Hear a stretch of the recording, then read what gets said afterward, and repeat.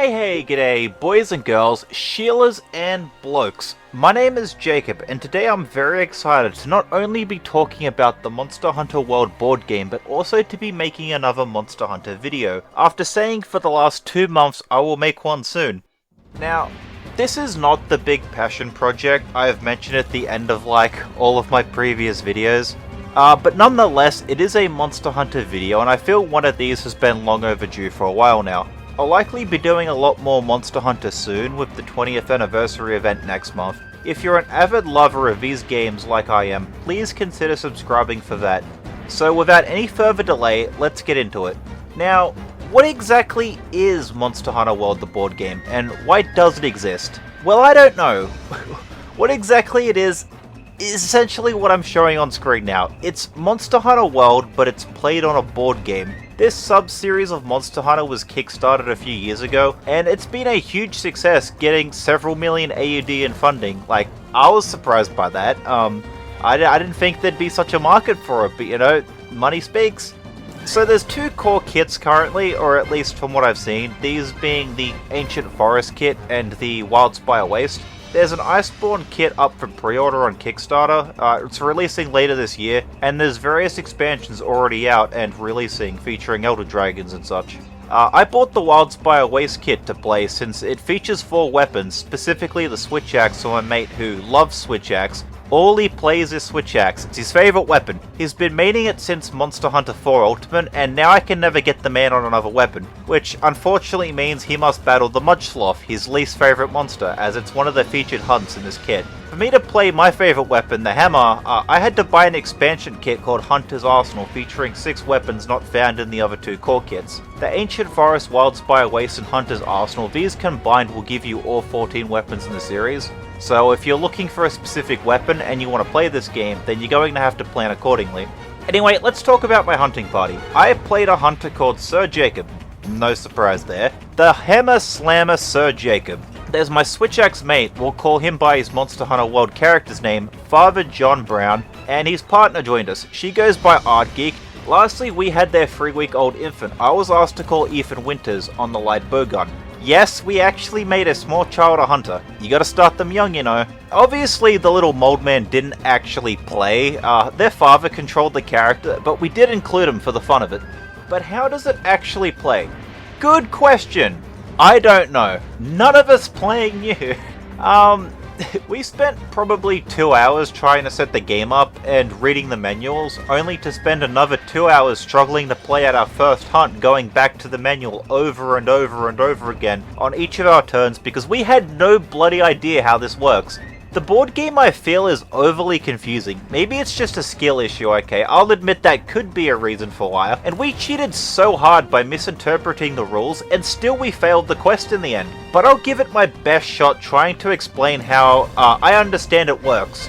First you choose a campaign difficulty, which will decide the amount of days you're out on the expedition, and the goal is slaying the area's apex predator. For the Wildspire Waste, that's the Diablos, and we decided to choose the medium difficulty campaign since we're a party of 4, and the manual didn't recommend easy at that size. When you start, you each choose a weapon type and get given a hunter token. These decide the aggro a monster will attack with certain attacks. Next, you choose a quest target for that day's hunt and what version between normal and tempered you wish to fight. In Wildspire Waste, we got 5 monsters to choose from: the Pookie, the Baroth, the Mudge-Sloth, the Diablos, and the Black Diablos. We opted to fight a normal Baroth first, as John and I, being avid lovers of Monster Hunter 3 Ultimate, like the creature.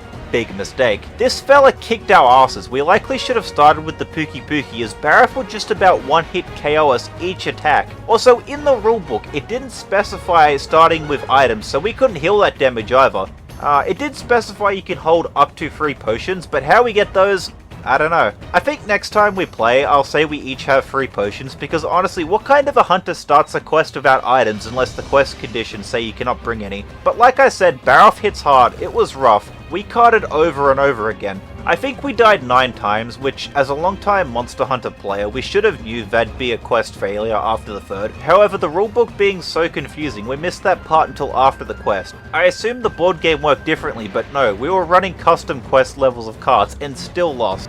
We had failed by running out of time cards that act as the board game's quest timer. You use one of these when told to in the tracking phase or at the end of each hunter's turn. So combat flows like this. Draw a monster card, that card decides the damage and the dodge value, which the dodge value I don't really understand. John was carrying me on that side of the game. The attacks are either single target or AoE towards either the closest or the furthest hunter depending on the attack card.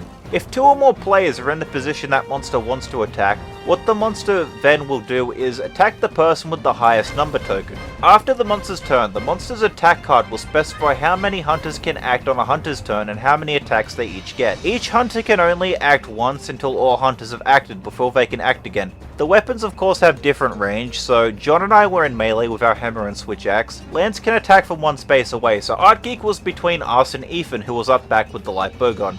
Every weapon also gets a unique gimmick. I'm not going to go over those now as I only played hammer, which I will talk about more another day when I actually understand how the board game works. I didn't attempt to learn lance or switch axe. I was struggling enough with the hammer and helping out Ethan's bowgun, which that kid out DPS'd us. You know you suck when you're getting carried by an actual baby. And I cheated damage by mistake and still did worse than the kid. Anyway, at the end of each hunter's action, they expend a time card that, depending on the quest, vary. For Barroth, we had 40. These do different effects, too many of them that I care to list off here, but I will say this. Half of these cards had negative effects on them, and I swear every time bar one, we rolled so poorly we hit the negative effect, which probably contributed to us losing. I think I spent more time paralyzed than not. Anyway, back to how the game works. Some of these attacks on the hunters can deal part damage that, like in normal Monster Hunter, breaking it gives more items at the end of the quest. Something we didn't understand till after the quest rereading the manual is dealing normal damage with a part break card only counts for 1 part damage, not the total damage you deal. We accidentally cheated breaking every part on Barroth with ease, not understanding this. After the quest is a downtime section. We didn't really do it since at this point it had been like 4 hours, and with a baby you need to give them attention. He was getting rather unhappy towards the end of the Barroth, and we were tired after the session anyway, so we just set it aside to play again another day. We haven't got around to doing it yet, but we are committed to finishing the campaign. It's just being difficult setting up another session again. Honestly, we had no idea what was going on for most of this hunt, but we had fun, and that's what's important at the end of the day. We were upping our combat actions with the miniatures. Well, I did some piss poor voice acting. Nobody else wanted to contribute. Creatures get sucked into the marshland around here all the time.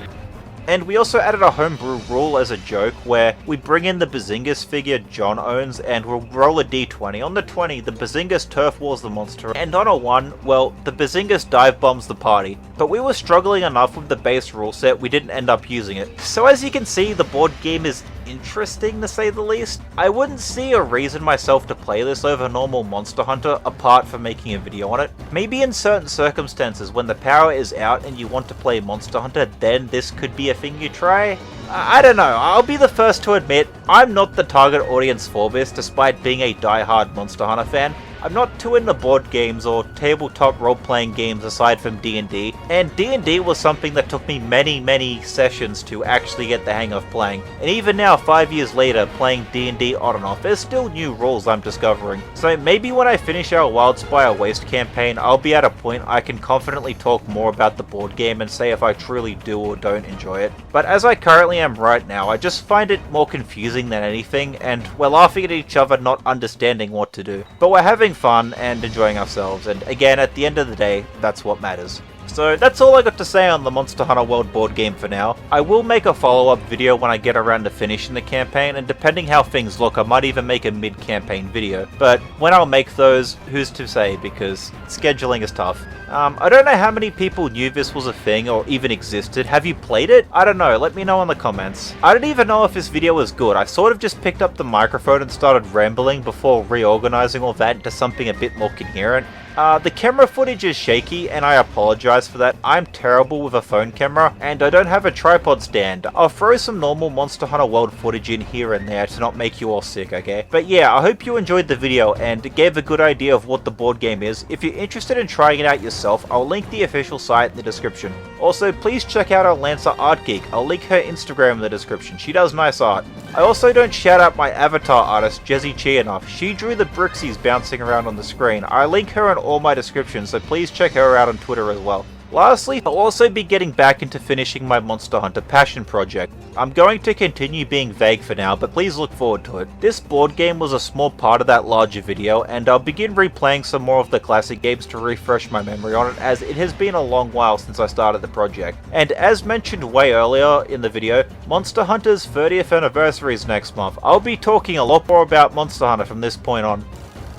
For my next video, I'm trying out something new. I mentioned previously my love for Arknights, and the developers Hypergriff have released a cool new mobile game called Astris. The reason I'm so keen for this is despite being an anime mobile game, Astris actually requires you to purchase this upfront. This is a premium game. In other words, this game doesn't milk you dry with gambling currency microtransactions. Look, I love Arknights. The story, the music, and the gameplay are all phenomenal in my personal opinion. It's why I continue playing that game all these years later, but it's whenever I get to the gacha stuff, I get disappointed. So with this new game that has no gambling microtransactions whatsoever from the same people behind Arknights coming out, I'm super pumped to play and talk about Astris. I'm hoping that if this game's good, it'll become the new standard for mobile games, but I'll talk all about this in that dedicated video. Likely my next video will be an Astris first impression, followed by a review sometime when I finally finish the game.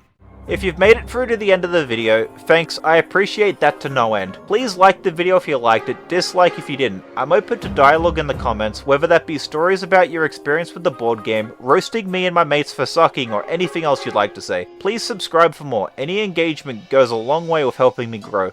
Alright, that's all. Have a good one, people. Cheers.